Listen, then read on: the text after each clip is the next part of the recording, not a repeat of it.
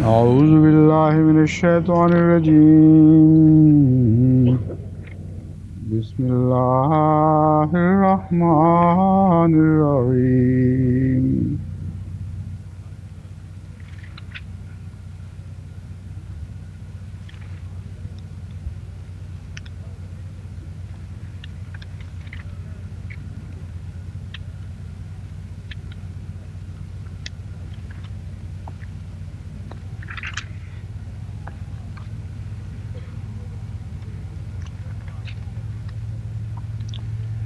أعوذ بالله من الشيطان الرجيم بسم الله الرحمن الرحيم تبت يدا أبي لهب وتب ما أغنى عنه ماله وما كسب سيصلى نارا ذات لهب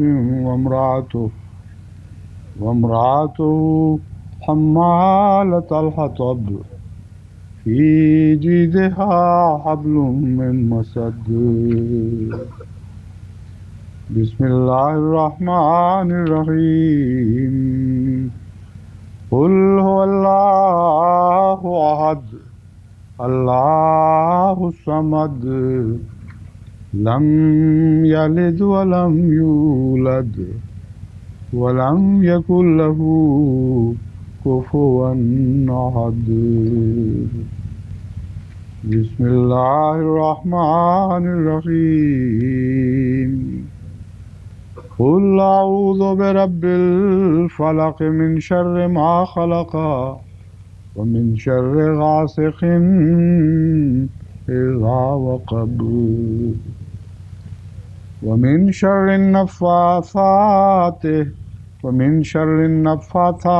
في العقد ومن شر حاسد إذا حسد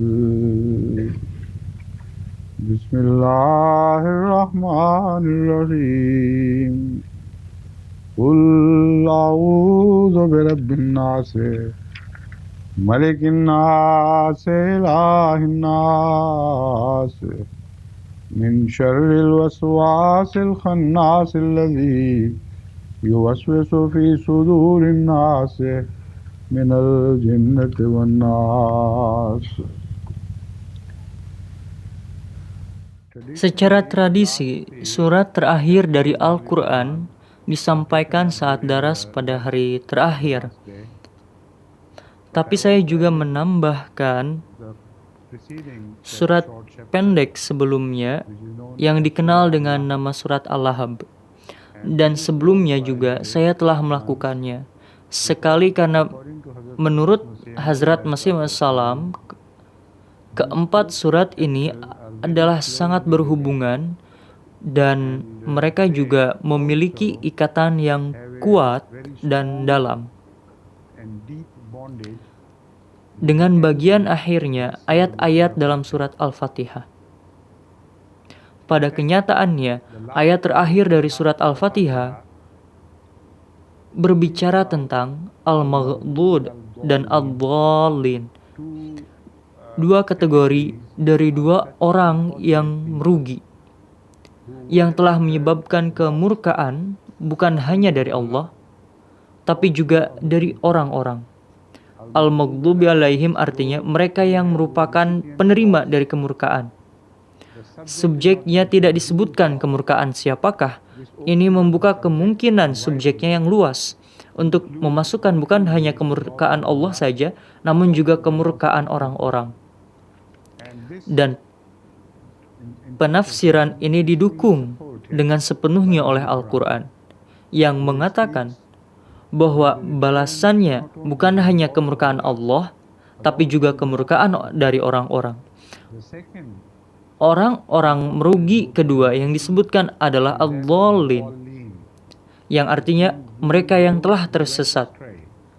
Menurut Hazrat Masih Maud Salam, akhir dari ayat-ayat surat Al-Fatihah sangat kuat berkaitan dan nyatanya mereka itu mengkontrol subjek yang dibahas dengan 4 surat terakhir dari Al-Quran. Dan menurut Hazrat Masih Maud salam, Tabbat yada Abi Lahab wa tab, yang saya sudah terjemahkan secara singkat, adalah berkaitan dengan Al-Maghdub. Ayat itu membicarakan tentang mereka yang menjadi penerima dari kemurkaan. Dan selebihnya, yakni ketiga surah, pada kenyataannya adalah sebuah penjelasan dari kata al-dhalin. Muncullah satu pertanyaan, mengapa semuanya ini menjadi diulang-ulang? Jawabannya adalah seharusnya sudah sangat jelas dan sangat memuaskan bahwa surah terakhir dari Al-Quran berbicara tentang hari akhir, hari yang paling penting, yang mana akan terjadi satu kejadian yang besar berkenaan dengan kelangsungan hidup dari Islam dan berkenaan dengan kekalahan akhir dari para penentangnya. Jadi mereka pasti memiliki beberapa hubungan dengan sejarah awal dan dari apa yang telah terjadi di masa lampau, dan bagaimana Tuhan mengajarkan kepada orang-orang sebelumnya siapa yang telah menyebabkan kemurkaan dan mereka yang telah tersesat. Jadi ketika Al-Quran membicarakan tentang Al-Maghdub dan Al-Dhalin, itu membicarakan keduanya dalam dua konteks. Yang pertama adalah dengan referensi dari masa lampau, yaitu Al-Maghdub di masa lampau dan Al-Dhalin di masa lampau.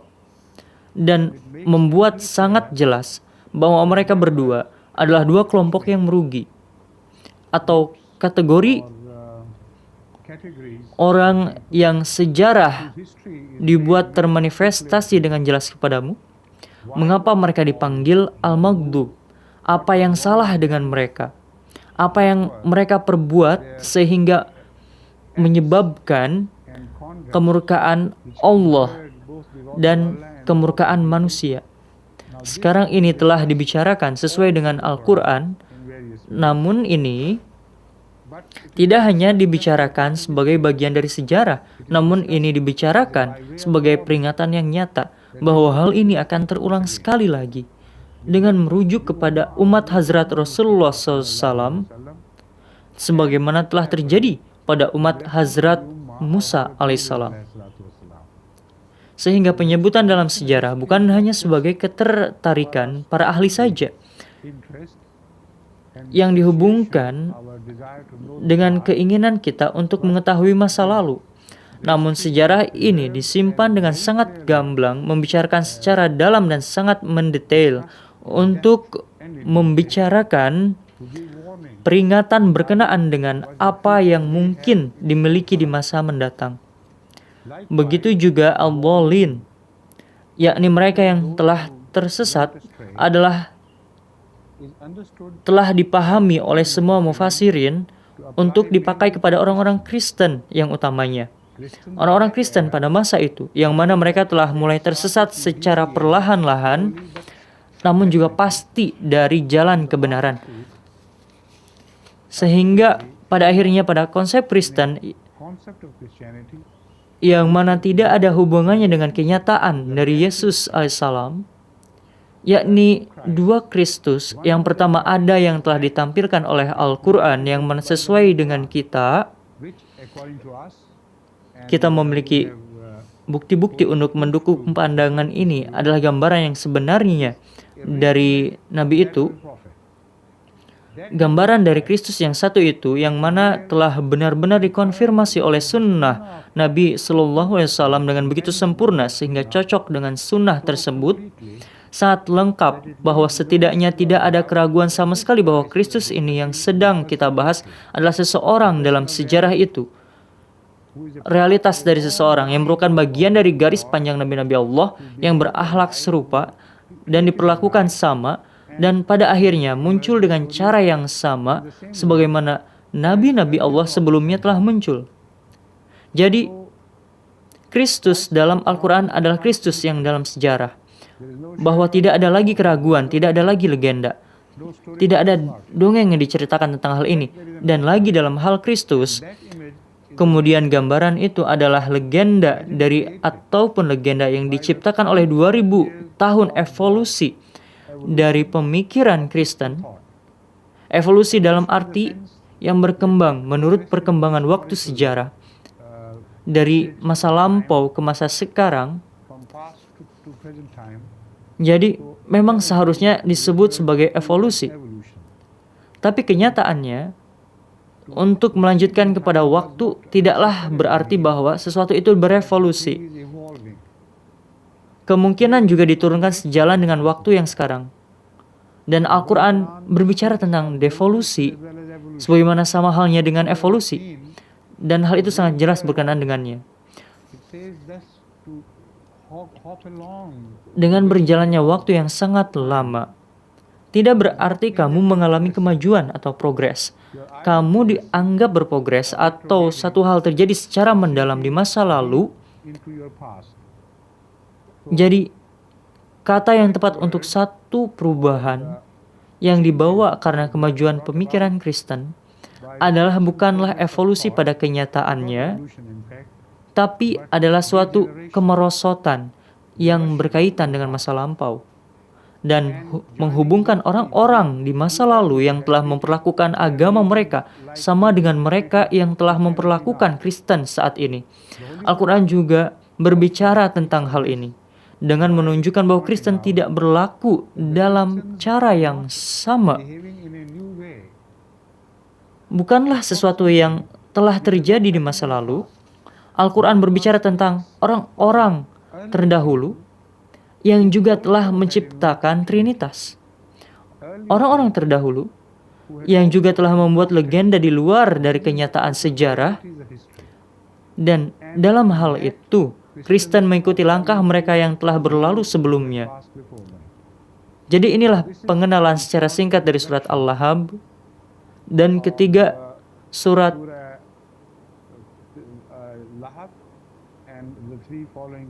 Qul. Sesudahnya, berdasarkan penjelasan dari Al-Quran oleh Hazrat Masih Maud Salam.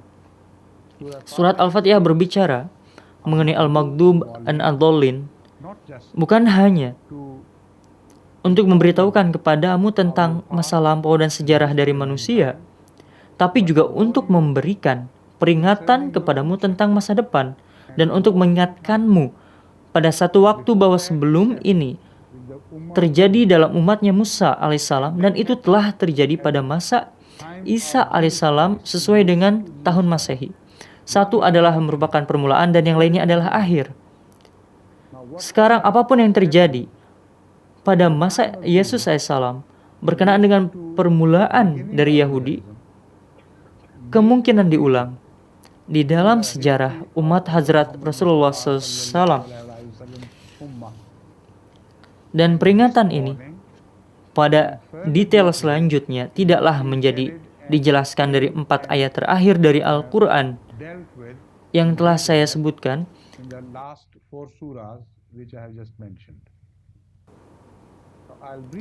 Saya secara singkat akan membahas tentang surat Al-Lahab, kemudian akan lanjut ke surat selanjutnya. Tabbat yada Abi Lahabi wa tab. Artinya, dua tangan dari Abu Lahab telah hancur dan hancurlah dia. Terjemahan ini adalah dibuat dalam bentuk satu pengharapan, tapi bisa juga diterjemahkan dalam bentuk masa lampau, yakni dua tangan dari Abu Lahab telah hancur dan juga telah dihancurkan, dirusak, dan lain-lain.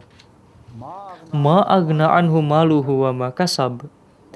Artinya semua kekayaannya tidak dapat bermanfaat kepadanya dan berguna kepada Abu Lahab untuk menyelamatkannya dari kerusakan yang sesungguhnya yang telah ditakdirkan untuknya. Sayasla naron dzata lahab, artinya dia dengan sendirinya akan masuk api yang mana dia telah membangun untuk yang lain. Abu Lahab artinya adalah bapaknya api. Jadi keimanan yang sangat menarik dan keimanan yang paling baik adalah yakni kepada bapaknya api. Ini akan menjadi dilempar ke api, dan itulah yang sebenarnya Al-Quran berbicara tentangnya. Wa mra'atuhu, yakni dia hendak seorang wanita untuk mendukungnya, dan ini semua adalah metafor dan figuratif. Kamu semua harus ingat, hamalatal hatab artinya yang hendak mendukung keinginannya untuk menciptakan gangguan di muka bumi.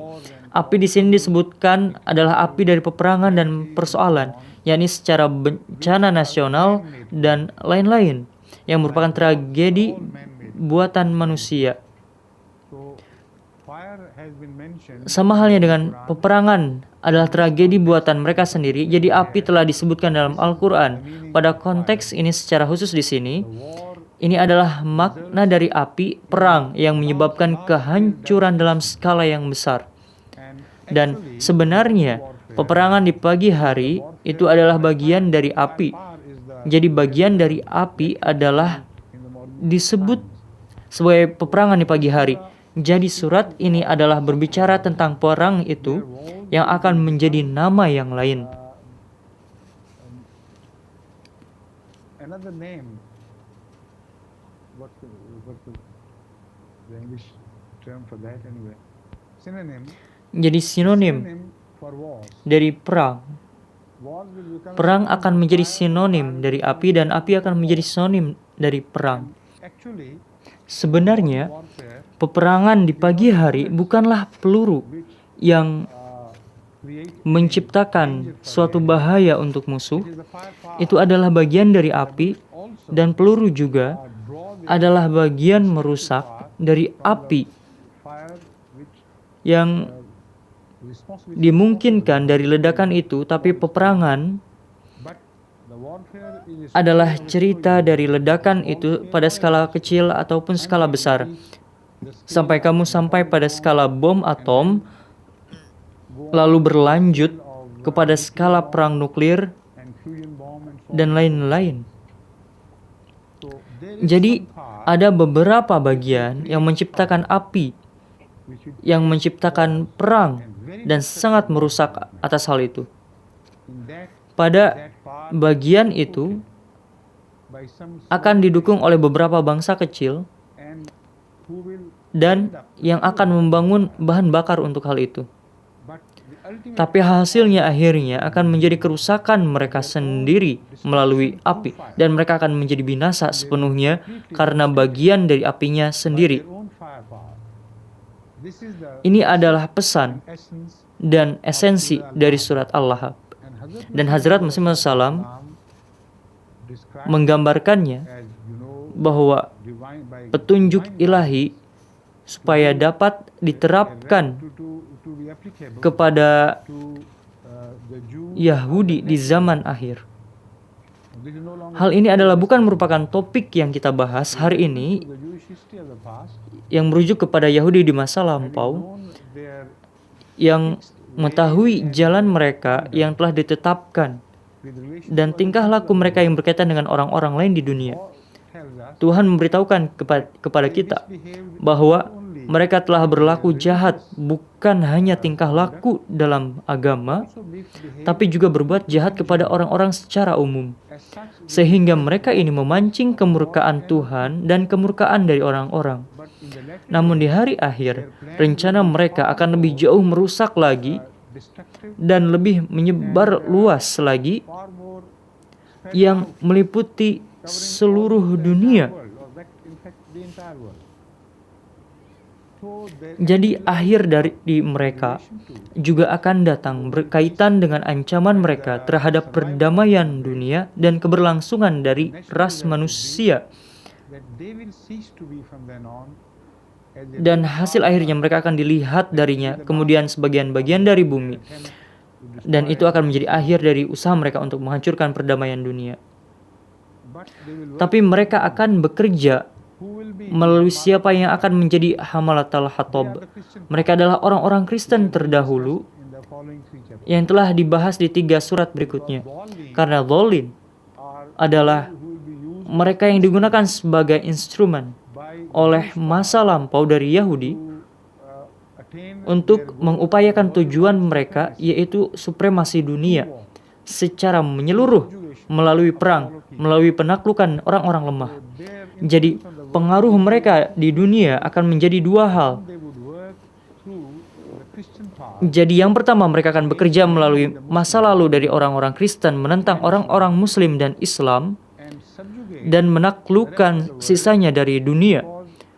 Karena para wanita yang secara figuratif disebutkan di sini untuk mendukung upaya mereka guna menciptakan perang dan kerusakan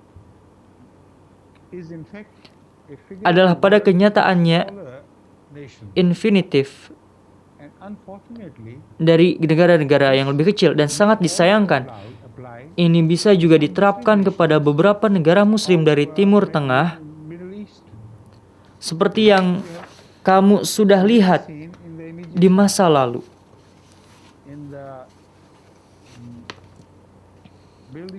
Dan krisis di Timur Tengah telah dikenal sebagai krisis Teluk.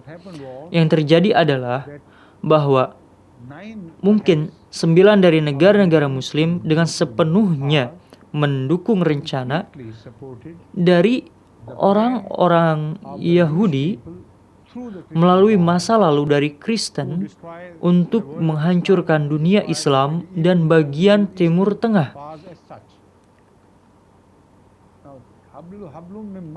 Hablum mim masad itu menyarankan bahwa merekalah orang-orang yang secara khusus telah disebutkan dalam ayat ini, karena masad adalah tali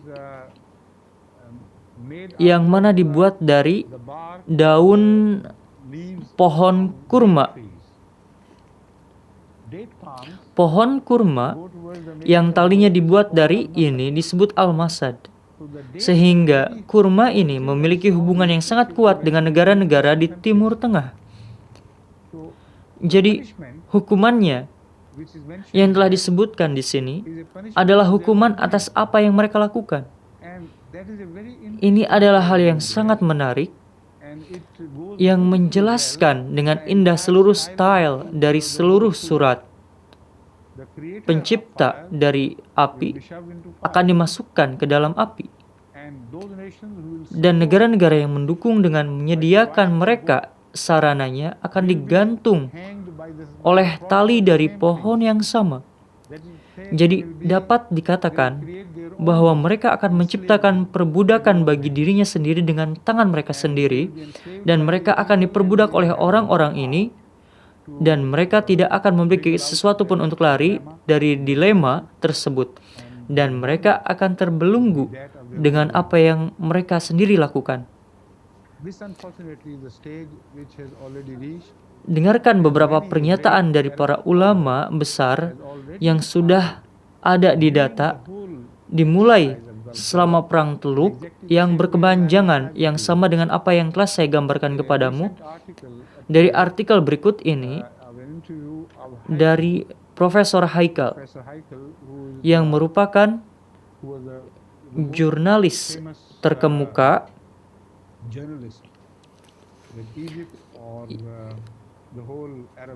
yang berbicara sangat jelas berkenaan dengan hal ini, yakni permasalahan yang dihadapi oleh dunia Arab saat ini.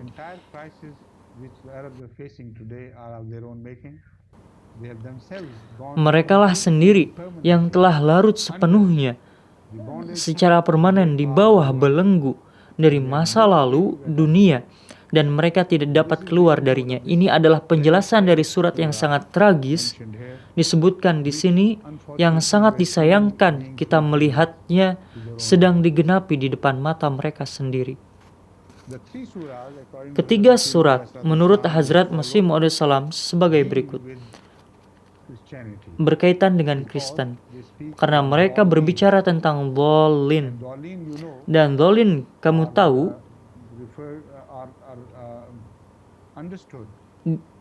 dipahami oleh opini secara sepakat oleh para cendekia Muslim merujuk kepada sejarah dari Kristen, sebagaimana mereka telah menyimpang dari kebenaran kepada jalan sesat mereka sendiri. Surat pertama menurut Hazrat Masih Maud salam dengan surat Al-Ikhlas adalah surat utama yang memerintahkan dua surat sesudahnya tentang Kristen dan berbagai bahaya dari Kristen to the Muslim world and to the untuk world at dunia large Islam dan dunia secara luas are discussed telah in didiskusikan detail in the secara following two detail surahs. di surat selanjutnya. Namun, Essentially, secara there is esensinya mention with telah respect to disebutkan merujuk Christianity kepada Kristen in this surah, dalam which is surat Surah ini, Al-Ikhlas. yaitu surat Al-Ikhlas. Hazrat Hazrat Masih Masih Maud Salam speaks of Surah Al-Ikhlas berbicara mengenai as surat an ini antidote to sebagai Christianity. penawar dari ajaran In this Kristen. way, Christianity is Dalam discussed cara ini not Kristen in didiskusikan its tidak dalam negative cara yang negatif, way, namun but kita we are diberitahu told how to bagaimana untuk avoid mencegah menjadi target being dari targeted by Kristen Christianity. dan bahayanya.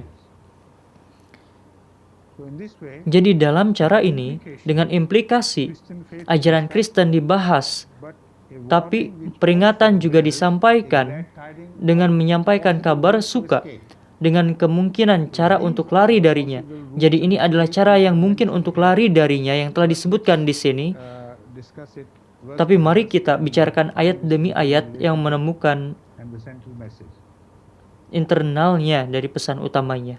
Bismillahirrahmanirrahim. Bismillahirrahmanirrahim. The gracious Dengan nama Allah yang Maha Pemurah lagi Maha Penyayang. or declare Katakanlah atau deklarasikan siapakah Nabi Allah yang menyeratkan dan tidak disebutkan di kata-kata tersebut yang menyebutkan hak kepada Hazrat Rasulullah SAW, dan beliau diminta untuk menyampaikan pesan dari Tuhan kepada seluruh dunia. but Tapi Hazrat Masih Maud SAW bersabda secara khusus and primarily dan utamanya untuk Kristen. declare to them Deklarasikan kepada mereka bahwa Tuhan adalah satu, one tunggal, dalam arti bahwa Dia adalah is the thought of God, the konsep dari Tuhan yang not permit you tidak mengizinkan kamu untuk mendukung konsep dari penduaan dalam cara apapun. Kata ahad diterapkan kepada seseorang yang tunggal who does not have dan tidak memiliki keduanya, wahda on the other hand yang mengikuti atau bisa dikatakan sebagai kata yang menunjukkan keesaan dalam bahasa Arab, the concept sehingga secara otomatis konsep dari kedua atau ketiga atau keempat. Tapi ketika kamu bicara ahad, artinya unik, only one, yakni satu-satunya. so Jadi it rules out mengatur secara positively positif and categorically dan secara ability kategori of three gods, kemungkinan dari tiga Tuhan menjadi satu. one and only. Dia adalah tunggal dan satu-satunya Tuhan. Now this oneness Jadi sekarang keesaan ini dijelaskan dalam ayat berikut ini dalam surat yang sama dan sangat indah berhubungan dengan pembahasan yang sedang kita bahas ini. one Tunggal, ketika seseorang tunggal, it can also dan dapat juga bicara tentang kelemahannya He has no one to dan tidak ada yang mendukungnya. when somebody Ketika seseorang mau menciptakan rasa kasihan dari orang lain untuk menarik bantuannya, he says I'm dia mengatakan, "Saya sendiri dan tidak ada di dunia ini yang dapat menolongku." and unfortunately in Dan sangat disayangkan our country di negara kita, when they have ketika kita harus menciptakan rasa kasihan dalam kadar yang paling tinggi, so much alone that dia mengatakan, "Saya sangat sendirian dan tidak ada yang lain melainkan Tuhan untuk mendukungku." as if this is a matter of Ini adalah ekspresi kelemahan yang lain, yang artinya Tuhan itu secara prakteknya tidak ada apa-apanya dengan mereka. I'm not alone because Mereka, God is with mereka me. tidak mengatakan bahwa saya tidak sendirian karena Tuhan bersama saya. Tapi mereka mengatakan saya begitu sendirian dan lemah bahwa saya tidak memiliki siapapun kecuali Tuhan. Jadi bantulah saya, Tuhan datanglah. Dan ide dari kelemahan ini tentu saja dipanggil dari kata ahad. Jadi ini harus dijawab dan jawabannya adalah pada ayat yang kedua dijawab dengan indah. Allahus Somad. Samad Somad is the one thing. adalah satu hal Everything else yang mana semuanya bergantung and it does not dan dia tidak bergantung kepada apapun. it draws Dan ini menghasilkan arti from a dari skenario where di mana sebuah batu yang sangat besar dan tinggi ada di tengah-tengah of inundation banjir dan segala sesuatunya telah tenggelam dan hanya satu besar dan tinggi yang telah tetap berdiri kokoh. and only that proud rock stands aloft and the birds and the dan animals, burung-burung, binatang, manusia, mereka di sana, everything which dan apapun yang mencari keselamatan, mencari dukungan dari batu itu untuk keselamatannya, atau mereka akan dihancurkan. so oneness in might, Jadi keesaan dalam kekuatan, keesaan dalam kemenangan, that of helplessness, bukan keesaan tanpa ketidakmampuan, tapi keesaan yang merupakan harapan bagi seluruh dunia. hope for the support and survival of the Harapan bagi dukungan dan keselamatan dari apapun yang tersisa. also speaks Dan juga berbicara tentang mengapa banyak hal yang mendominasi selain dari Tuhan. oneness, yet there are so many other things. Somat berbicara bahwa keesaan Says that oneness does not mean that God tidak berarti bahwa Tuhan itu sendiri. it means Artinya Tuhan adalah the only satu-satunya wujud on whom yang mana mendukung semua eksistensi yang lain, on whom yang mana semua bentuk eksistensi bergantung. if he were not there, Jika dia tidak di sana, maka tidak akan ada apa-apa. say Kamu tidak dapat mengatakan there's no bahwa God, jika tidak ada Tuhan dan akan ada sedikit Tuhan. the natural prerogative Tapi maksud dari ayat ini, jika tidak ada Tuhan, maka tidak akan ada apapun. as Ghalib says, Sebagaimana Ghalib mengatakan, jika tidak ada sesuatu, to khuda hota. If there were nothing, still there would be God. jika tidak ada sesuatu, tetap masih ada Tuhan. Na tha kuch to khuda tha. Ketika tidak ada sesuatu, maka ada Tuhan. As-samad As-Somad berbicara mengenai keesaan Tuhan is not yang mana bukan skenario dari ketidakberadaannya, if a scenario of helplessness, namun menggambarkan scenario skenario of his dari being bahwa dia menjadi satu-satunya sumber dukungan dan keselamatan dari semua yang nampak selain dari Tuhan. so there is in fact nothing other than Jadi God. kenyataannya tidak ada yang lain selain Tuhan. Depends on him. Segala sesuatu bergantung kepadanya, If he were not, dan jika dia tidak ada, maka tidak akan ada apapun. now this verse Jadi ayat ini also juga gives memberikan a light to the penerangan kepada pandangan that there is Jesus Christ Kristen bahwa Yesus mendukung to Tuhan be with him and untuk along bersama-sama dengannya, one with him. menjadi satu dengannya. The Holy Quran Al-Quran refutes this view, menolak pandangan ini dalam kata as-somad. which means Artinya, if God jika Tuhan dapat menghancurkan segala sesuatu yang lain, still there will be God. tapi masih saja ada Tuhan lain yang tertinggal. This argument Dan argumen ini adalah dijelaskan dalam ayat yang lain, refers to merujuk kepada Yesus Kristus.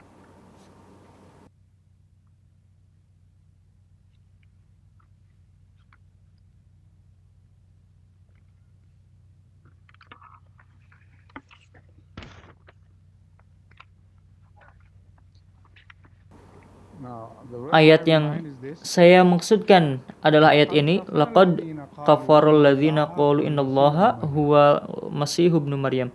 Those who Mereka yang mengklaim that inna Allah huwal Masih ibnu Maryam. God bahwa sesungguhnya Tuhan itu bukan siapa-siapa melainkan Isa itu sendiri. to say there Jadi ada dua pribadi, tapi juga sama. Tiga menjadi satu adalah yang disebutkannya merujuk kepada Isa AS, yakni konsep dalam Kristen. concept in Christianity. قل فمن يملك من الله شيئا إن أراد أن يهلك المسيح ابن مريم وأمه ومن في الأرض جميعا. Merespon kepada mereka dengan mengatakan, siapa yang dapat menyelamatkan mereka dari Tuhan? يملك من الله شيئا here it indicates Yamliku minallahi syai'an mengindikasikan atau dipergunakan dalam arti menyelamatkan mereka, yang dapat mendukung mereka dan dapat melindungi mereka dari Tuhan. Jika Tuhan telah memutuskan untuk menghancurkan Al-Masih dan ibunya Maryam, and his mother Mary. Walillahi mulku Tuhan adalah penguasa dari ruh dan penguasa satu-satunya di surga dan di bumi, of the heavens and dan apa yang ada di antara keduanya. in them, Dia menciptakan apa yang dia kehendaki, tapi dia tidak melahirkan. but he does not beget. Tuhan Allahu ala kulli shay'in qadir. God Tuhan adalah Maha Kuat, melakukan apa yang Dia inginkan. Jadi di sini adalah hal yang sangat menarik, tapi tidak berarti bahwa Tuhan hendak menghancurkan Yesus Kristus. Dan kata halakat tidak berarti hanya kematian. Halakat di sini artinya adalah kehancuran yang sepenuhnya. Karena ketika ayat ini diwahyukan, Yesus AS dan ibunya telah wafat. Jadi Tuhan tidaklah mengambil isu tentang Kristen dalam hal yang kontroversial. Kita paham bahwa beliau telah wafat. Al-Quran menyatakan mereka keduanya telah wafat. Dari Kristen memperdebatkan hal ini. Jadi Tuhan telah memunculkan pertanyaan ini secara menyedihkan. Dan juga artinya bahwa jika mereka berdua masih hidup dalam satu bentuk itu karena Tuhan adalah As-Somad, bukan karena mereka sendiri. Tapi jika Allah memutuskan untuk menghancurkan ataupun membinasakan dari eksistensi mereka, untuk membuat mereka eksis, mereka tidak dapat. Lalu siapa yang dapat menghentikan Tuhan dari melakukan hal ini? Inilah pesannya. Lalu secara hipotesa, jika kamu bertanya kepada orang-orang Kristen, jika kamu menghancurkan, jika tidak ada Yesus, mereka akan menjadi apa? Ini adalah pertanyaan untuk mereka. Jika ada Yesus, lalu Tuhan memutuskan untuk menghancurkannya, lalu apa yang akan terjadi dengan mereka? Apa yang akan terjadi dengan Tuhan? Apakah dia akan tetap utuh tanpa Yesus ataukah tidak? Jika tidak, berarti mereka adalah satu orang dengan dua bagian. Jika Tuhan tetap sendiri, utuh, tanpa Yesus, lalu dia adalah seorang manusia selain Yesus. Bila tidak, mereka tidak akan menjadi dua pribadi yang sama sekali. Jika kamu dua pribadi, lalu kamu hancurkan yang satunya dan kamu pertahankan kepribadianmu yang satu itu, tapi jika dengan menghancurkan satu pribadi yang lain, maka kamu juga melakukan bunuh diri. Sebagai kenyataannya, tidak ada dua pribadi. Ini menjadikan satu argumen yang keras atas keyakinan dalam Kristen, selain kenyataan bahwa mereka itu dua, tapi mereka masih satu. Mereka tidak akan menjadi satu. Dan lagi, ibunya juga dibicarakan karena beberapa sekte dalam Kristen yang berbicara mengenai ketuhanan Maryam. Meskipun beberapa cendekiawan mencoba untuk menciptakan satu impresi bahwa Al-Quran berbicara tentang Bunda Maryam, sebagaimana jika Kristen meyakini ketuhanan Maryam, yakni dalam kualitas ketuhanan Maryam. Namun tidaklah demikian, mereka salah.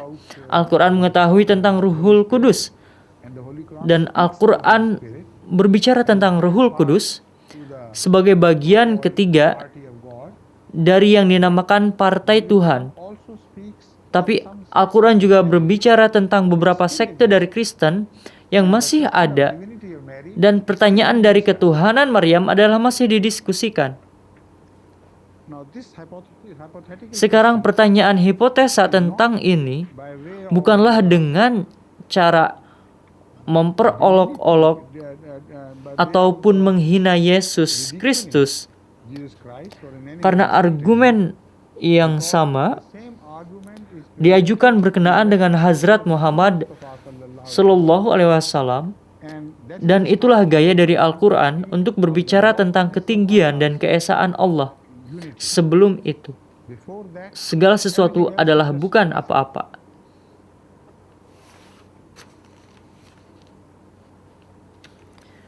Qul arwaitum in ahlakani Allah wa man ma'iyya wa rahimana wa man yujirul kafirina min azabin alim. Qul huwar rahman wa amanna bihi wa alaihi tawakkalna wa sata'lamuna man huwa fi dhalalin mubin.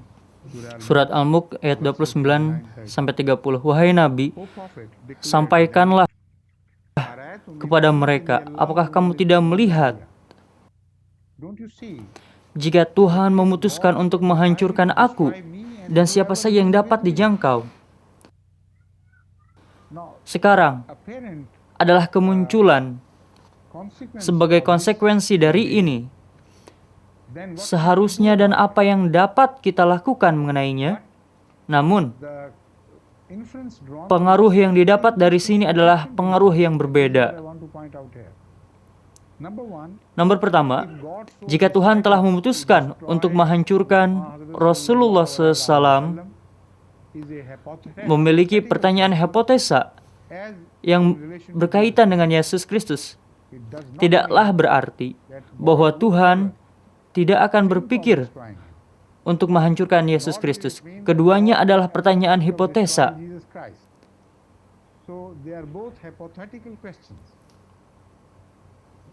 Tapi Al-Quran berbicara tentang ketinggian dan keperkasaan Tuhan dalam makna ini, bahwa Dia di atas segala sesuatu yang lain.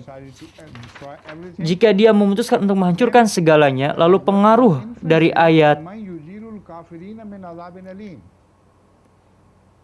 jadi apa yang bisa menyelamatkan mereka dari hukuman yang menyakitkan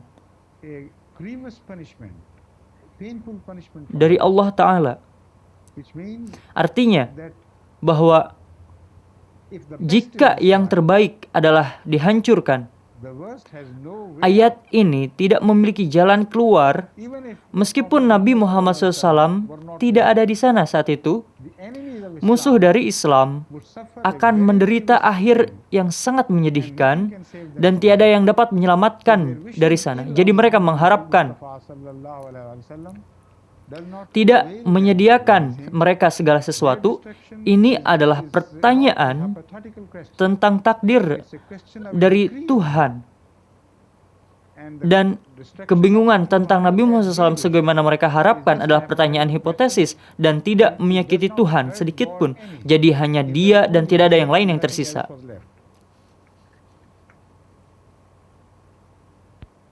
Kemudian, Dia berbicara tentang kerendahan hati dari Hazrat Rasulullah SAW, seolah Tuhan sendiri mengajarinya, yaitu dengan wahyu darinya.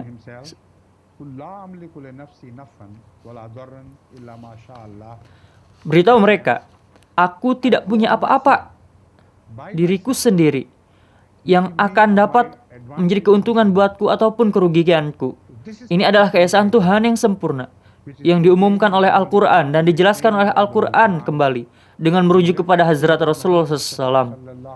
Karena siapa yang memiliki praktek amal tertinggi sesuai dengan pemahaman kita dari tujuan yang Tuhan berikan, beliau SAW lah yang paling tinggi. Jadi jika beliau diajar kerendahan hati yang sempurna berkenaan dengan Tuhan, lalu apapun yang tersisa harus belajar kerendahan hati bahwa Nabi Muhammad SAW memiliki hubungan yang begitu rendah hati dengan Tuhan dan beliau tidak berkeinginan apapun dalam hubungannya dengannya. Jika Allah tidak berkehendak memberinya status yang tinggi, lalu siapakah kita? Siapakah manusia di dunia ini? Mereka semua bukan siapa-siapa. Di sini merujuk kepada kata yang sama dari halakat. Ini artinya adalah jika semuanya, jika Nabi Muhammad SAW tidak untuk di sana, maka tidak akan ada apa-apa lagi. Segala sesuatu yang lain akan dihancurkan seluruhnya. Dan sampai hal itu terjadi, pertanyaan dari membuat Nabi Muhammad SAW pergi ke ketiadaan tidak muncul. Tapi karena beliau tidak akan berakhir, karena beliau selamanya dengan Tuhannya, jadi ada kabar suka untuk seluruh alam dan ciptaan bahwa kita hidup selamanya dalam satu bentuk. Bukanlah karena kasih sayang kita sendiri, namun karena Hazrat Rasulullah Sallallahu Alaihi Wasallam, sehingga kita akan hidup bersama beliau, dengan beliau, dalam diri beliau. Ini adalah jawaban untuk Kristen dari kata yang sama bahwa kita harus hidup bersama dengan Nabi Muhammad SAW terlebih dahulu, karena beliau SAW, di dalam diri beliau SAW, kemudian kita akan diabadikan seperti halnya beliau telah diabadikan selamanya oleh Tuhan. Jadi, pesan dari Qul Huwallahu Ahad adalah sangat lengkap dan sempurna dan tidak menyisakan untuk wujud yang lain. Meskipun Nabi Muhammad SAW juga dibahas berkaitan dengan jika Tuhan menghendaki untuk menghancurkan beliau SAW, siapa yang dapat menghentikan ini? Qul Huwallahu Ahad, Allahus Samad. Tuhan adalah satu-satunya sumber dari keselamatan. Somad bukan bermakna itu dan segalanya sesuatu yang lain tenggelam seperti semut, burung, dan lain-lain, dan juga binatang yang besar, gajah. Mereka hanya akan bisa bertahan di atas satu batu yang berdiri tinggi menjulang ke atas permukaan air. Jadi Tuhan itu somad. Segala sesuatunya hancur. Mereka tidak akan hancur jika mencari perlindungan dari Tuhan. Mereka yang mencari dukungannya dan yang diberikan dukungan olehnya. Dan dalam pengertian ini, Nabi Muhammad SAW dan mereka yang mengikutinya telah diberikan suatu kabar suka. Lam yalid wa lam yulad. Dia tidak melahirkan siapapun. Dan walam yulad, dia pun tidak dilahirkan oleh siapapun. Jadi, di sini sangat jelas merujuk kepada Kristen. Allahus Samad, Tuhan, adalah satu-satunya sumber dari keselamatan dan satu-satunya sumber dari eksistensi. Lam yalid, dia tidak pernah melahirkan siapapun. Walam yulad, dan dia tidak pernah diciptakan. Sekarang Tuhan meluaskan pembahasan tentang keesaan dan keagungan Tuhan di satu waktu. Sampai sekarang kita mendiskusikan tentang masa sekarang. Qul Huwallahu Ahad, Allahus Samad. Sampai somad kita mendiskusikan masa sekarang. Lam yalid wa lam yulad. Sekarang kita membahas tentang keagungan Tuhan merujuk kepada waktu. Dia tidak pernah melahirkan siapapun. Karena keselamatannya tidak bergantung kepada satu spesies yang lain. Dia tidak punya satu spesies melainkan dirinya sendiri. Jadi dia tidak perlu melahirkan siapapun. Walam yulad. Dan juga dia tidak pernah diciptakan oleh siapapun karena dia itu abadi. Sehingga dia tidak dapat memiliki bapa. Artinya, Yesus Kristus, jika ia memiliki bapa, maka ia tidak mungkin menjadi abadi. Jadi ayat ini dengan sepenuhnya menghancurkan ajaran Kristen. Walam yakul lahu kufuwan ahad. Artinya, tidak hanya bahwa Tuhan tanpa anak, tanpa orang tua, dia itu unik dalam dirinya. Dia adalah sumber dari dukungan kepada alam semesta. Dan ia itu tunggal. Tapi juga meskipun dengan kecelakaan seperti dirinya, itu tidak mungkin pernah terjadi. Jadi jika kamu bicara tentang Tuhan, jadi jika kamu berbicara tentang Tuhan, memiliki kualitas itu dan juga berpikir orang lain seperti itu, lalu keesaannya, maka akan menjadi hancur. Jadi bagian akhir dari surat ini artinya bahwa keesaannya tidak hanya universal dalam ruang, tapi juga keesaannya universal dalam waktu. Tidak pernah ada yang seperti dirinya itu eksis sebelumnya, dan dia sendiri dalam sifat-sifatnya. Sekarang karena waktu yang pendek, kita selalu kurang waktu jika membahas surat ini. Saya selalu membawa catatan-catatan untuk mendiskusikan aspek-aspek menarik dari surat ini, tapi selalu saja kurang waktu. Tapi seseorang harus mencatat dari catatan yang saya akan bagikan kepadamu, apapun yang sudah didiskusikan, kamu hendaknya simpan. Tapi selain dari itu, kita harus diskusikan lagi karena beberapa poin tertinggal. Dan sisanya, kita akan bahas di daras yang akan datang tahun depan dari catatan yang tersisa. Sekarang secara singkat, kita hanya memiliki 14 menit.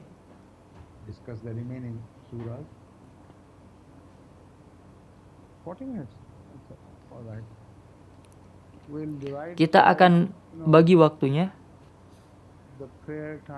Jadi kita mungkin punya tinggal 10 menit saja.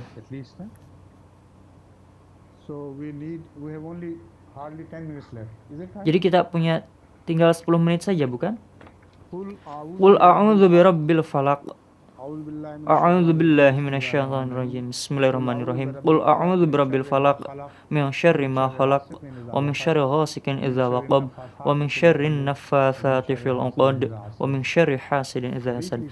Secara singkat akan dijelaskan sesuai dengan Hazrat Masih Maud Salam setelah surat Al-Ikhlas. Kita diskusikan tentang kemurnian keesaan Tuhan dalam tugas dan kesempurnaannya yang absolut. Tuhan berbicara mengenai bahaya melalui keesaannya. Dari kekristenan yang berbicara tentang trinitas daripada Tuhan, pertama-tama, konsep dari kekristenan berakar dari pondasi ini dalam surat Al-Ikhlas. Secara total dan lengkap dan segala waktu. Dan apapun mitos yang tersisa di belakang disebutkan masih akan menimbulkan bahaya. Tidaklah merupakan realitas dari Kristen karena realitasnya adalah rapuh setelah kita membaca surat Al-Ikhlas. Tapi mitos daripada Kristen masih saja menyebabkan bahaya dan Al-Quran memperingatkan kita dengan jelas, dengan begitu dalam dan detail terhadap bahaya itu. Qul a'udzu birabbil falaq min syarri ma khalaq. Katakanlah, saya ingin meminta perlindungan dari Allah yang merupakan Rabbul Falaq. Falaq memiliki konotasi yang berbeda, yang artinya adalah menyebarnya sesuatu. Seperti menyebarnya hari dari malam, menyebarnya bibit dalam pemahaman akan melahirkan. Maka min syarri ma khalaq artinya Tuhan telah menciptakan segala sesuatu untuk tujuan yang baik, tapi pada saat waktu kelahiran, kematian, dan berbagai bentuk juga datang, dapat juga menciptakan kelainan bentuk janin, dapat juga terjadi keguguran dari kelahiran dalam berbagai cara. Jadi saya memohon perlindungan dari Allah dari proses penciptaan. Karena dalam proses penciptaan, cahaya diciptakan dan juga dalam beberapa bagian sangat disayangkan tidak diterimanya cahaya. Sama juga, semua yang diciptakan untuk kemanfaatan. Jika kamu berada dalam bayangan dari kemanfaatan itu, kamu berada dalam keadaan gelap yang menjadi isi dari surat ini, yakni untuk menyelamatkanmu, untuk memperingatkanmu terhadap bayangan gelap dari penciptaan. Qul a'udzu birabbil falaq min syarri ma khalaq. Tuhan secara langsung tidaklah menciptakan sesuatu itu membahayakan atau merugikan. Ayat yang pertama menjelaskan arti dari ayat yang kedua. Kamu hanya dapat berada dalam bahaya jika bagian pertama dari ayat tidak dapat diterapkan. Lalu, kemudian penciptaan memiliki dua pilihan untukmu. Semua penciptaan memiliki pilihan lari kepada penciptaan Tuhan untuk menyelamatkan dirimu dari kerusakan, dan sebuah pilihan untuk melarikan diri dari perlindungan Tuhan kepada kehancuran dan kebinasaan total dirimu. Min syarri ma khalaq artinya Tuhan telah menciptakan segala sesuatu untuk kebaikan. dan untuk hal yang positif. Tapi mereka yang gagal untuk mengambil manfaat dari kebaikan ini, kemudian ada peringatan bahwa mereka akan mengambil manfaatnya dari sisi negatifnya, dari proses penciptaan, dan mereka akan mengundang kehancuran mereka sendiri. Min syarri ghasiqin idza waqab. Ghasiq itu artinya seperti malam ketika menutupi sesuatu dan kegelapan meliputi. Ini berbicara mengenai zaman yang telah didiskusikan dalam surat Al-Ikhlas tentang kemungkinan dari Kristen akan meliputi seluruh dunia.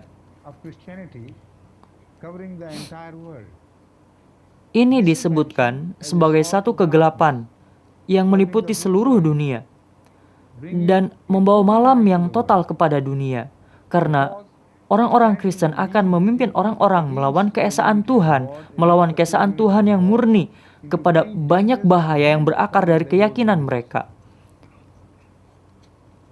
Akan min syarri ghasiqin idza waqab, min syarri naffatsati fil 'uqad, wa min syarri hasidin idza hasad.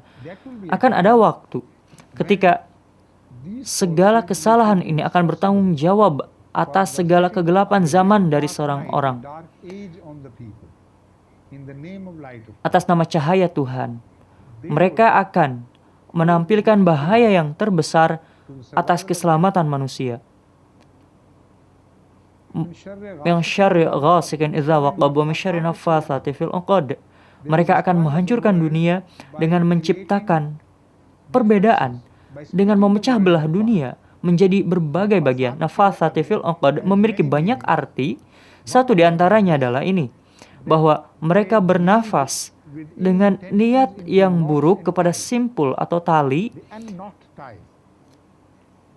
Mereka mengurai tali, mereka mematahkan orang dari orang, dan untuk memecah belah serta mengatur adalah pada kenyataannya merupakan terjemah dari surat ini. Salah satu dari terjemahannya akan menjadi mereka yang memecah belah dan mengatur. Jadi ini adalah filosofi dari kekristenan, filosofi barat yang didominasi oleh Kristen, sehingga pada akhirnya kita bisa mengatakan ini adalah filosofi dari Kristen untuk mendominasi seluruh dunia dengan menyebabkan perpecahan dan menciptakan pemisahan serta juga mengatur mereka. Wa min syarri ghasiqin idza waqab, wa min syarri hasidin idza hasad. Dan kami memohon perlindungan dari Allah dari dia yang iri hati ketika ia iri hati. Sekarang ini adalah akhir yang aneh dari surat ini. Ketika segala sesuatu telah diambil alih oleh kegelapan era dari Kristen, bukan era cahaya di masa awal, tapi kegelapan dari kekristenan, terlihat tidak ada yang tersisa. Kemudian, mengapa surat ini berakhir seperti ini? Wa min syarri hasidin idza hasad. Apa yang tersisa dari sana untuk diiri hatikan oleh kita? Ini dengan sangat jelas merujuk kepada pokok bahasan dari surat yang lain, yakni surat Wal Asri. Wal Asri innal insana lafi khusrin. Saya bersaksi bahwa era ini akan menjadi era dari kerugian secara keseluruhan. Illal ladzina amanu wa 'amilus sholihah. Seluruh era akan menjadi era kegelapan dan kerugian, kecuali satu perkecualian yang kecil, yaitu mereka yang akan beriman melalui perbuatan takwa mereka. Wa 'amilus sholihah, mereka adalah pengecualian. Jadi, ini adalah Ahmadiyah. Ini adalah gerakan baru dari kebangkitan Islam. Penyelamatan Islam dari kekristenan dan dari semua kekuatan antagonis. Jadi kamulah yang disebutkan di sini, dan kamulah minoritas kecil yang tidak berdaya. Jadi jika kamu meraih sesuatu, kamu akan menciptakan kecemburuan dari mereka yang di sekitarmu, dan kecemburuan selalu berbahaya. Meskipun jika kecemburuan itu lemah, tapi ketika kecemburuan itu kuat dan besar, tidak ada yang bisa menyelamatkan orang miskin yang kurang beruntung, yang menyebabkan iri hati dan menciptakan iri hati karena dia telah menjadi beruntung. Jadi kamu harus membutuhkan banyak doa untuk perlindunganmu, kecuali kamu memohon perlindungan Allah. Tanpa hal ini maka tidak ada keselamatan buatmu. Jadi kita harus ingat bahwa kita bertahan karena kasih sayang Allah Ta'ala saja, tapi diri kita sendiri tidak punya apa-apa. Kita memiliki segala kebaikan yang menimbulkan iri hati. Kita tidak menahan kekuatan ini yang melindungi kualitas ini. Kekuatan perlindungan itu, bagian dari perlindungan itu hanya datang dari Allah Ta'ala. Jadi inilah mengapa seluruh ayat berbicara dalam bentuk doa. Qul a'udzu birabbil falaq min syarri ma khalaq wa min syarri ghasiqin idza waqab wa min syarri naffatsati fil 'uqad wa min syarri hasidin idza hasad. Maka biarlah surat ini lewat untuk sementara waktu. Apakah kita sampai di 15 menit terakhir?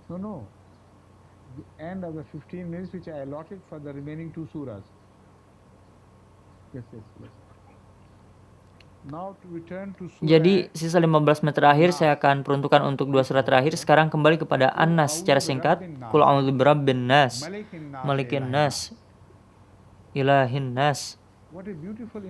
Begitu indah hubungan antara surat Al-Ikhlas secara langsung membahas tentang Trinitas. Dan dalam surah ini 3 aspek Tuhan dibahas dalam satu, yakni Rabbun Nas, Malikin Nas, Ilahin Nas. Jadi bukan 3 pribadi dalam satu, namun satu memiliki 3 sifat yang fundamental. Ini akan dibagi menjadi 3 pribadi oleh Trinitas dalam Kristus. Inilah bahaya yang mana surat ini memperingatkan kita. Dikatakan produk utama dari Kristen adalah 3 hal bahaya dan kehancuran dari umat manusia.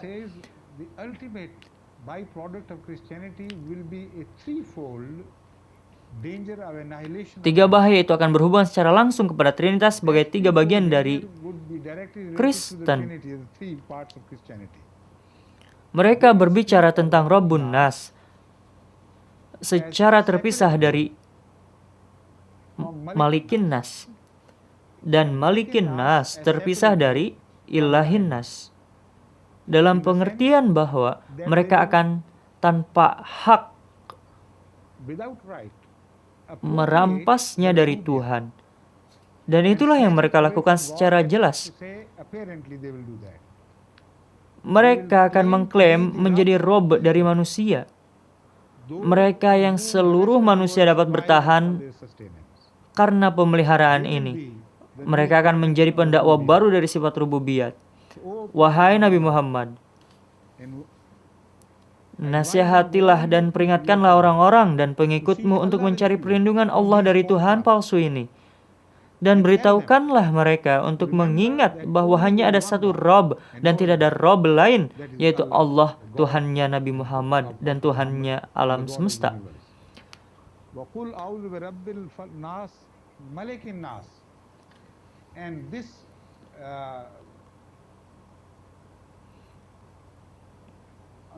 Maksud saya, cobaan ini di akhir zaman ini yang muncul dari pemikiran Kristen dan konsep dari agama Kristen akan membawa kepada bahaya yang kedua, yakni Malikin Nas. Mereka mengklaim bahwa mereka adalah penguasa dari alam semesta ini. Mereka tidak menerima penguasa yang lain. Ini telah mencapai titik puncaknya. Sebelumnya, dunia Kristen dibagi menjadi 2 bagian Kristen. Kekristenan melahirkan ateisme. Dan ini adalah anak dari Kristen, karena ketika kamu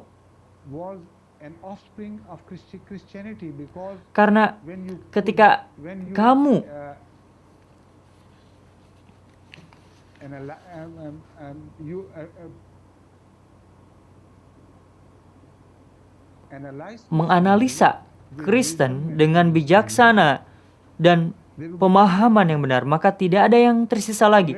Sudah dibuktikan bahwa ateisme adalah nama lain dari Kristen. Ini adalah esensi dari ajaran Kristen dan bentuknya adalah ateisme. Kamu akan dibawa kepada pandangan Kristen dan dogmanya, dan kamu akan berakhir dengan kehampaan.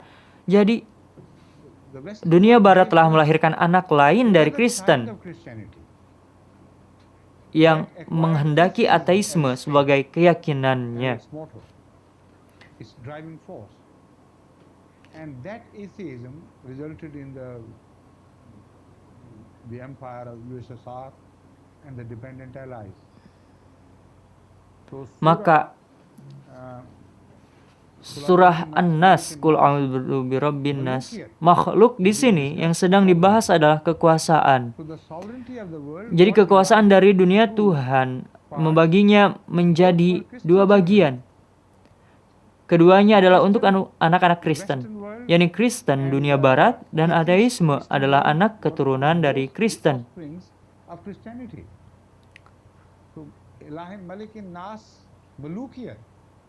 Makhluk di sini hampir seluruhnya disalahgunakan oleh Kristen. Mereka muncul sebagai penguasa dari dunia.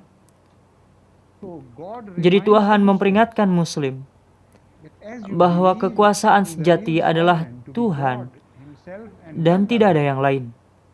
Jadi jika kamu hanya boleh meminta kekuasaan hanya melalui Dia, jadi tidak ada jalan keluar melainkan kembali kepada Tuhan untuk merampas kembali keselamatan dunia melalui membangun ekonomimu. Jangan berkiblat kepada ekonomi kekristenan, karena itu adalah penyalahgunaan dari sumber daya dari dunia seluruhnya. Kamu harus kembali kepada Tuhan dan mengingat Qul a'udzu birabbin nas. Tuhan adalah penyedia dari semua orang.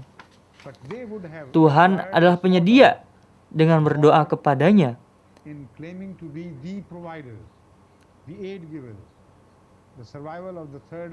Dengan menerima pemahaman pesan dari surat ini, kamu harus kembali kepada keesaan Tuhan secara sepenuhnya.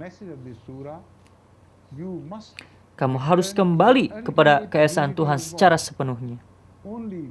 Hanya dengan cara kembali seperti itu, kamu akan dapat bertahan di dunia. Tuhan memiliki 3 sifat. Dengan 3 sifat tersebut dicoba untuk dipisahkan dan disalahgunakan oleh kekristenan.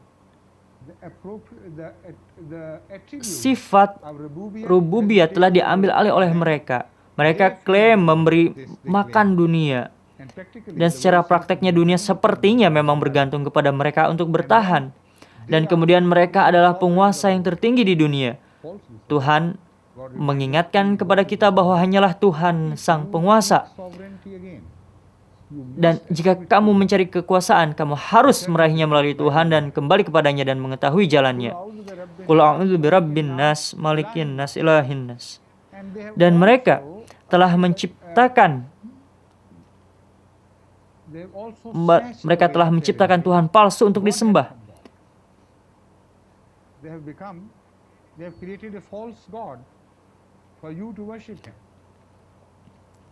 Wahai Nabi, ingatkanlah orang-orangmu dan seluruh dunia bahwa Tuhan adalah satu-satunya yang layak untuk disembah.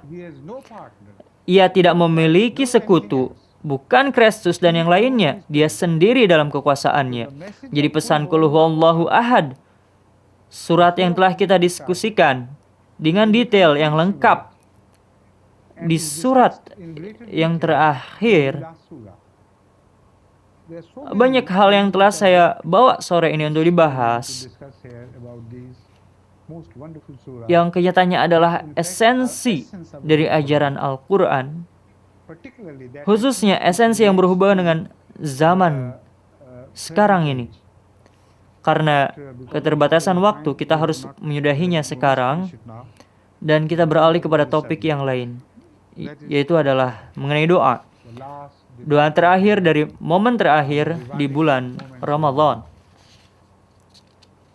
Orang-orang Inggris biasa mengatakannya untuk saat kematian. Saya biasa mengatakan Ramadan passing away telah berlalu pada saat-saat terakhir di bulan Ramadan. Meskipun jika kita beruntung untuk mengambil manfaat dari sebuah momen saja dari bulan ini, yaitu hari itu akan dipertahankan selamanya. Maka marilah kita akhiri dengan doa semoga Allah menolong kita untuk menerima semua manfaat dari Ramadan. Jika tidak pun di sisa waktu di bulan yang berberkat ini. Ini adalah apa yang saya yakini meskipun kita memperoleh manfaat dari satu momen saja dalam bulan Ramadan dengan kembali kepada Tuhan. Lalu satu momen itu dapat menjadi sarana bagi keselamatanmu sejak saat itu. Jika kamu mengambilnya, jika kamu tidak mentransformasikannya segera, tapi jika kamu menebar benih dari perubahan ini kepada dirimu, dan jika kamu ambil sepenuhnya, lalu kamu akan sampai kepada pangkuan dari Al-Quran seperti seorang anak. Karena surat ini adalah intisari dari Al-Quran, sebagaimana Al-Fatihah adalah intisari dari Al-Quran di awalnya. Dan intisari dijelaskan dalam 3 bagian di akhir. Lalu mengapa 3 bagian? Karena membahas tentang kekristenan dan 3 bahaya utama kepada keselamatan dari kebenaran dan keselamatan dari dunia rohani bagi orang-orang. Mereka akan datang kepadamu dari Kristen. Cara yang indah daripada membahas tentang Kristen hanya pada satu surah. Namun Tuhan telah membaginya menjadi 3 bagian. Seperti juga Kristen juga membagi 3 bagian. Jadi inilah subjek yang sangat indah. Jadi marilah kita berdoa kepada Allah. Dan saya akan mengingatkanmu tentang doa-doa yang harus dipanjatkan kepada Tuhan. Pertama-tama,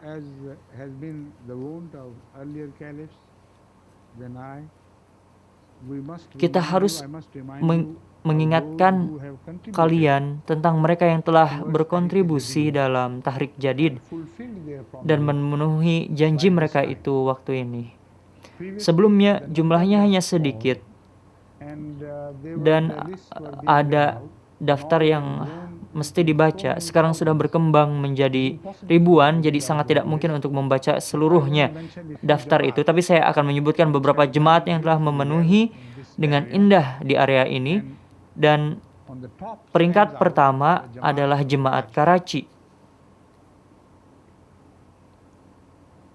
Sebagai negara Pakistan tentu saja memimpin, yakni 42.671 orang yang telah memenuhi janjinya.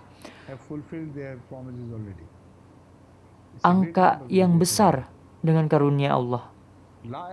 Dibanding dengan tahun yang lalu, Ahmadi yang telah memenuhi adalah 32.256 orang. Jadi ini sangat melompat sangat jauh. Di antara jemaat di Pakistan, Karachi berada di peringkat pertama. Tahun yang lalu, ada sebanyak 2.259 Ahmadi Karachi yang telah memenuhi perjanjiannya. Tahun ini jumlahnya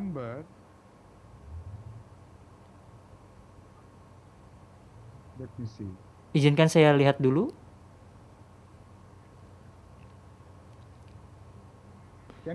Dapatkah kalian bayangkan 7.160 orang? Jadi hampir 3 kali lipat. Pencapaian yang sangat indah dengan karunia Allah Ta'ala. Semoga mereka dapat terus meningkatkannya untuk menunjukkan contoh yang baik kepada dunia. in setting examples and pace for the rest of the world. Then Kemudian country-wise, menyusul Indonesia, Masya Allah, which has taken yang lead over memimpin dari Jerman. Germany. Jerman biasanya bersaing dengan Jemaat Karachi dan Pakistan, And was dan biasanya menjadi peringkat yang kedua. Tapi pada waktu ini Indonesia telah mengambil alih. by in a neck-to-neck race. Jerman telah memenuhi Their promises. jumlahnya 2000 2.655, sedang Indonesia 2.659. Jadi hanya berbeda 4 orang saja, tapi tetap saja Indonesia yang menang. But still a lead, of course. Kanada telah naik In the list, dalam we have daftar the list of Allah and the number who have fulfilled their dan promises, jumlah mereka 1998. yang telah memenuhi janjinya 1988. Kemudian UK, Last year, sangat disayangkan tahun yang silam mereka sangat tinggi dari segi jumlah, tapi saat ini mereka turun. that means Saya selalu menjelaskan, Ahmadi sebenarnya tidak boleh mundur ke belakang. back to us, you know. Dia akan terus menjadi lebih baik, dan lebih baik. It is Ini adalah people responsible orang yang for bertanggung jawab dalam hal ini, sometimes. yang secara individu menunjukkan tanda kelemahan. Dan jemaat Is never to tidak blame. pernah disalahkan. My long experience Ini adalah pengalaman saya yang panjang dengan jemaat. devoted, dedicated administrator, an administrator who believes in prayer and Sekarang saya akan seeks help from Allah through prayers, always leads an apparently rotten Jamaat to a most beautiful, healthy Jamaat and most productive Jamaat. So this also applies individually to various sections of the Jamaat's activities. Then comes India with 920 who have fulfilled. So we must remember them in our prayers. How many minutes are left? Huh? 9 minutes. Now sekarang saya akan membacakan secara singkat daftar dari yang kita hendaknya ingat dalam doa-doa kita, dan setelah saya membacakannya, kamu berdoa bersama saya. Kita harus mengirimkan salawat kepada Hazrat Rasulullah SAW, our benefactor and the benefactor of the past as well as the people of the future. The benefactor in the sense that if it were not meant to be created, then the exercise of creating universe would be absolutely meaningless. He is the benefactor of the past and benefactor of the future. So we must remember him in our durood and salam. kita harus mengingatnya dalam salawat kita. Subhanallah wa bihamdi, subhanallahil azim, Allahumma salli ala Muhammad wa ala ali Muhammad. Dan kita juga harus berdoa untuk orang-orang suci sampai sekarang, termasuk juga Hazrat Masih Maud alaihissalam dan orang-orang suci yang di masa Hazrat Rasulullah SAW.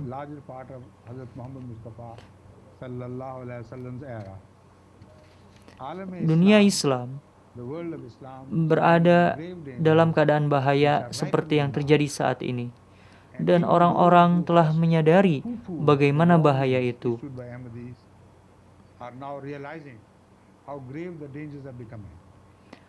Mereka sendiri adalah arsitek dari bahaya ini, tapi situasinya sangat berbahaya, sehingga kamu juga harus berdoa untuk dunia Islam secara intensif.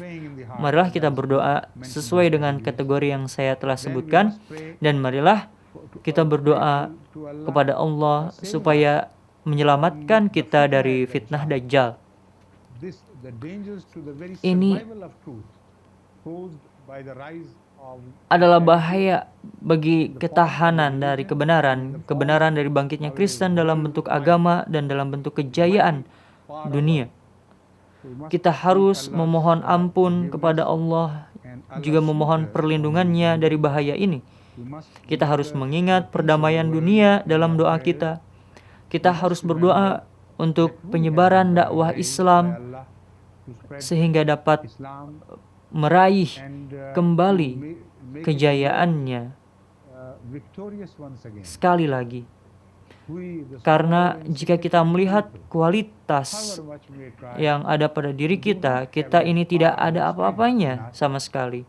If you logically analyze our qualities and whatever we possess, we're nothing. Hanya Only melalui through doa saja prayer kita dapat memohon pertolongan Allah, and if you dan so jika decide, Allah then inshallah menghendaki, insya we will Allah turn the fate.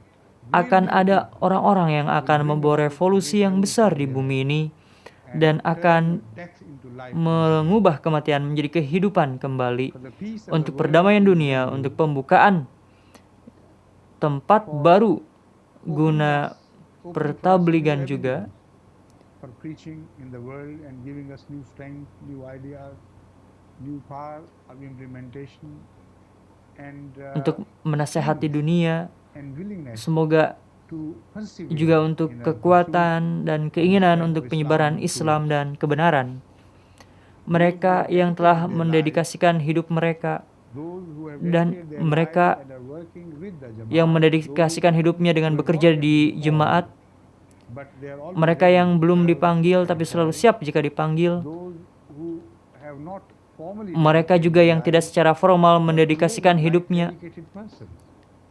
There are thousands of such people, hundreds of thousands in fact, who are devoted to the spread of Islam and because of truth, Banyak sekali but who have not officially yang dedicated their lives. mendedikasikan hidupnya meskipun tidak secara formal.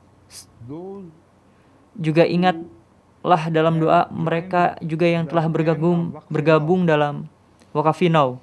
remember Ingatlah, the Waqifin Waqafinau adalah those anak-anak who have been, yang I believe, saya destined percaya mereka to telah play a dibedakan very important untuk and crucial berperan role dalam in penghimatan the Islam. last battle between truth and falsehood. Mereka adalah anak-anak yang tak berdosa yang telah dipersembahkan kepada Islam. Offered by way of sacrifices to Islam. Mereka yang telah Remember them menyerahkan hidupnya untuk Ahmadiyat. Shuhadai Ahmadiyat, those who have given up their lives, those martyrs of Ahmadiyat. Go on remembering, as I call them. I am also becoming prayer personified when Juga I take up their name. My heart kepada prays for them. yang Their name turns into prayer. di penjara, Sirane Rahimahullah, who are still suffering from the imprisonments and other bondages. mereka yang juga berada dalam belenggu karena merespon atau menerima seruan Hazrat Masih Salam, Responded to the call of the Messiah of the time, but for no other crime. seluruh jemaat Tamam di Jamaat dunia, Ahmadiyya Alamgir, all the Jamaats of the world, some of them are rising and awakening. Some of them have not yet responded so well so far. juga berdoalah untuk para syuhada We are Ahmadi. so small in number. If a Ki- part of us still keep sleeping, that will be a great loss to the world. We must wake up. Asirane Otherwise, Maula, the rest of the world will sleep into its depth. Asirane Rahimahullah, those who have lost their freedom, berdoalah untuk Asirane Rahimahullah, yakni orang-orang yang dipenjara di jalan Allah the Ta'ala. bondage of Satan. All the Ahmadis Mereka of the juga world, individually and collectively, yang Jamaats, menderita, ingatlah mereka juga orang-orang yang there are people tengah among sakit. them who are ill, terminally ill or seriously ill. There are people among them who Dan berdoalah untuk mereka yang berada di bawah under penganiayaan the orang lain. cruelties of other fellow human beings, and the number is rising unfortunately in this world. Man is now being targeted by man so widely at national levels as well as individual levels that if you analyze the suffering of man, it is because mainly of the ill in man. Min syarril That is waswasil why khannas. we were taught the prayer min sharril min sharril waswasil khannas. The khannas, the Satan, leads man into evil thoughts and evil plans, which ultimately Ingatlah destroy dalam the doa-doa peace of man himself. let's remember mereka those yang who are sakit, ill, even the terminally ill must be prayed for, because it's up to God. Whenever He so decides, He can make anyone revive from the near death. From the ultimate death, He will revive only in the hereafter. From the near death, He can revive here on earth whenever He so decides. Those who are under heavy debts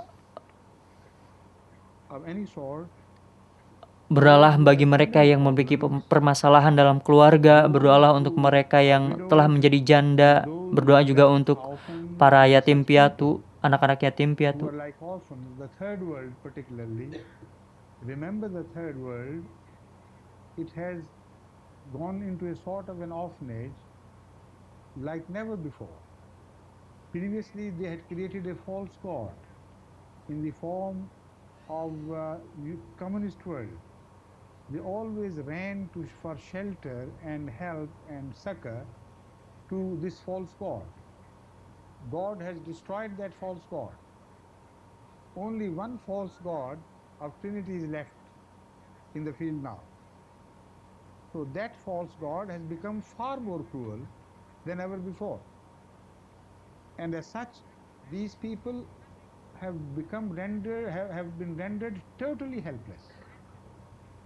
If we not seek prayer for them, there will be nothing to whom they can turn for survival.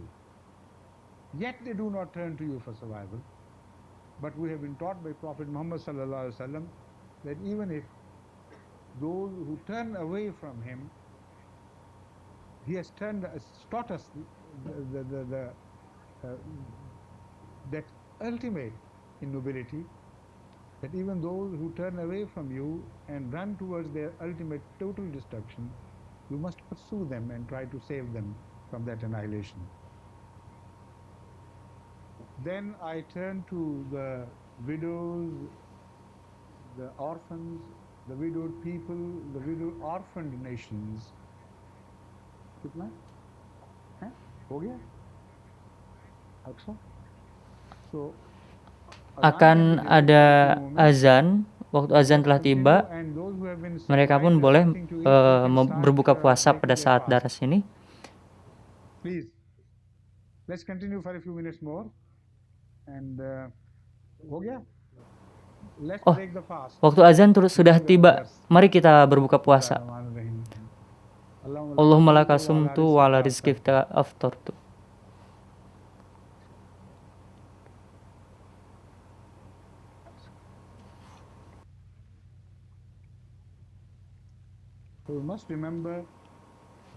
Kita harus ingat, mereka orang-orang yang tengah menderita. Man-made sufferings, they themselves are responsible, but they are living a hell instead of living a heaven on earth. The widows, untuk janda-janda kembali, untuk anak-anak yatim, untuk para gadis Ahmadi, perempuan-perempuan Ahmadi.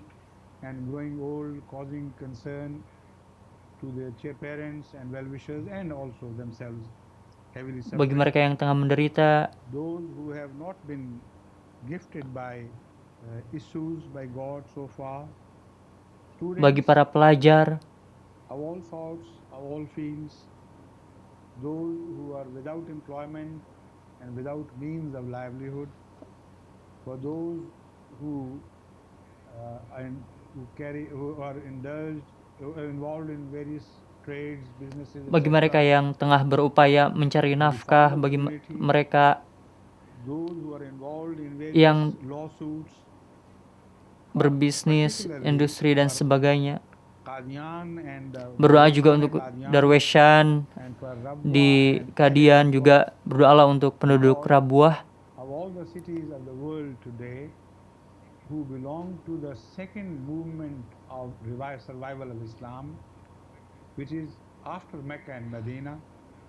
Tempat-tempat suci di dunia ini bagi Islam setelah Mekah dan Madinah adalah Qadian dan Rabuah. Jadi berdoalah deserve bagi our special prayers.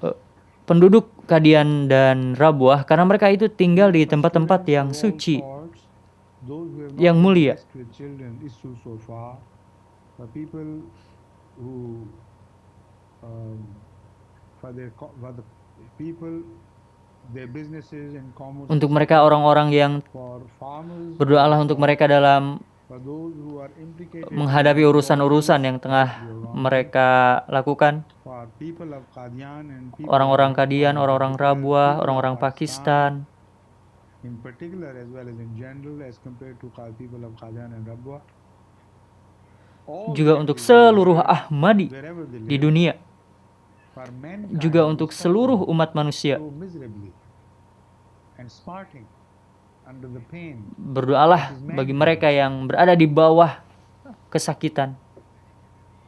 For Tehreek-e-Jadid, those whose list, those who Juga have berdoalah participated bagi in the mereka sacrifices of orang-orang yang telah Tehreek-e-Jadid memenuhi perjanjian and Tahrik other Jadid, contributions, towards yang Jamaat. berkontribusi dalam Tahrik Any Jadid. Jamaat you must remember, which stands alone in the entire world in creating a system of financial sacrifice, which is based on the teachings of the Holy Quran and the teachings of Hazrat Muhammad Mustafa sallallahu alaihi wasallam, but those teachings have become consummate in the form of Ahmadiyya today, as it had never consummated in the form of a regular system, a permanent system of financial sacrifices. Karena pengorbanan dalam jemaat Ahmadiyah ini berdasarkan oleh Al-Quran dan berdasarkan ajaran Rasulullah SAW yang telah secara formal dan secara terorganisir ada hanya dalam jemaat Ahmadiyah saat ini. Which are imposed on us. Jadi berdoalah bagi mereka yang berkontribusi dalam pengorbanan yang diselenggarakan oleh jemaat Ahmadiyah. Remember particularly the Jamaats which are forward in offering sacrifices for the survival of Islam and for the revival of Islam. Remember Hazrat Masih Maud Ingatlah jemaat Ahmadiyah untuk mereformasi, membangkitkan kembali Islam. Ingatlah juga Hazrat Masih Maud alaihissalam. You always, not always, but most Ahmadis also remember of Hazrat Masih Maud alaihissalam, because he stands first in his spiritual al. So a durood is automatically sent upon him. And through him also send durood to Ahmadis, because the survival of Islam depends on Ahmadis. Saat ini kebangkitan Islam tergantung kepada para Ahmadi. So it's not because I'm exulting on the greatness of Ahmadiyyat in any other way, but I'm exulting in the greatness of Ahmadiyyat in the service and humble services it is rendering to the cause of Islam and to the supremacy of the message of Hazrat Muhammad Mustafa sallallahu alaihi wasallam. So pray for Hazrat. Berdoalah untuk Hazrat Masih Maud salam and also for Hazrat Masih Maud salam's all in general and all in particular. Juga untuk seluruh keluarga Hazrat Masih Maud salam secara umum atau secara khusus. Untuk seluruh keluarga Hazrat Masih Maud salam, baik karena hubungan darah ataupun keluarga karena hubungan rohani. And it's a natural phenomenon, a phenomenon which is a sign of truth of your love. So it's impossible for you not to remember Hazrat sallallahu alaihi wasallam's progeny when you send durood upon him. If you are a true lover of Muhammad sallallahu alaihi wasallam and you are mindful of your gratitude to Muhammad Rasulullah sallallahu alaihi wasallam, you would automatically turn to his al, in not only in spiritual form alone, but also in blood relationship. Penting juga berdoa kepada para keluarga Hazrat Rasulullah SAW, Hazrat Masih Maud salam, as well as in blood, and let's hope and pray that the grave responsibilities which have been endowed upon us, which have been placed on our humble shoulders, we may be able to fulfill them beyond our capacities So let's pray that Allah Semoga may increase and broaden our Allah capacity. menambahkan dan meluaskan kapasitas kita sehingga kita dapat menambahkan kapasitas kita kepada lingkaran terbesar. Dan mari kita terus bergerak terus sampai kepada lingkaran Ahmadiyah terus bertambah hingga ke seluruh dunia. And let's move on until the ever increasing circle of Ahmadiyya engulf the entire world. Mari kita berdoa bersama-sama. Prayer now.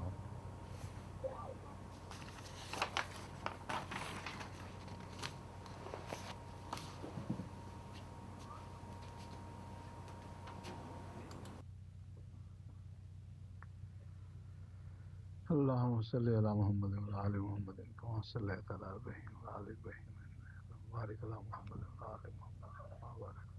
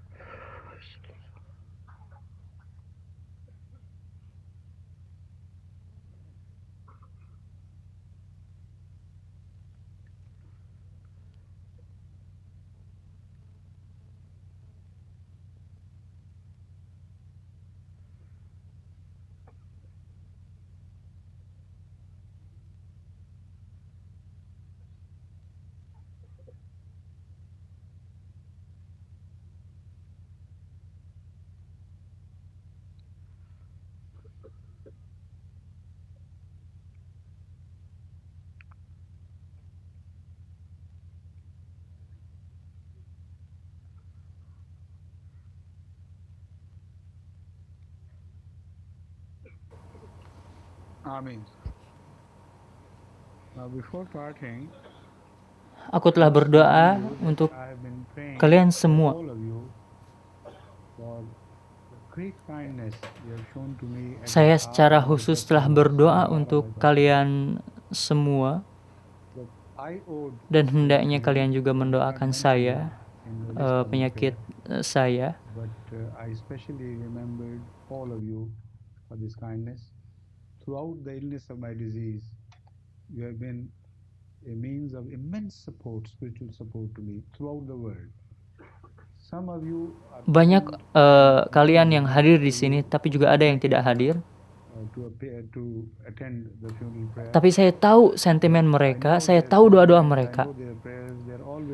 Mereka selalu dalam benak saya. Saya sangat bahagia pada kalian. Banyak dari antara kalian yang datang dari tempat yang jauh-jauh ke sini untuk mendukung saya.